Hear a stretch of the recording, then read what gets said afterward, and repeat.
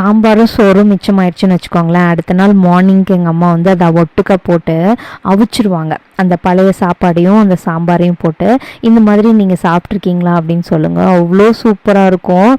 சாம்பார் தான் அது ஒரு டிஃப்ரெண்ட்டாக இருக்கும். நீங்கள் சாப்பிட்ருந்தா மறக்காமல் கமெண்ட்டில் சொல்லுங்கள். மத்தியானத்துக்கு வந்து பார்த்திங்கன்னா இன்றைக்கி சோம்பேறித்தனம் இல்லாமல் எனக்கு மட்டும் மட்டரிசி தனியாக குக் பண்ணியிருந்தேன். அதே மாதிரி இன்றைக்கி கருவாட்டு குழம்பு என்னோடய ஃபேவரெட். நிறைய அதுலேயும் கத்திரிக்காய் அதில் இருக்கிறது செம்ம டேஸ்ட்டாக இருக்குங்க, கத்திரிக்காய் முருங்கைக்காய்லாம். ஸோ காய் நிறையா இருக்கிற மாதிரி குழம்பு எடுத்துகிட்டு பாயில்டு எக் தான் இதுக்கு வந்து பெஸ்ட்டு காம்பினேஷன். ஒருத்தவங்க நான் என்னோடய பிளேட்டில் முட்டை இருக்கிறத பார்த்துட்டு வெயிட் லாஸ்ன்னு சொல்கிற, முட்டை சாப்பிட்ற அதுவும் 2 அப்படின்னு கேட்டிருந்தாங்க. எக்கு எனக்கு செட் ஆகிக்குச்சுங்க. பத்ததுக்கு cheap and best source of ப்ரோட்டீன்னு நான் ஃபீல் பண்ணுறேன். அதே மாதிரி முட்டை சாப்பிட்றதுனால வெயிட்டு, எந்த பொருளுமே இது சாப்பிட்டா வெயிட் குறையும் ஏறும்னு கிடையாது.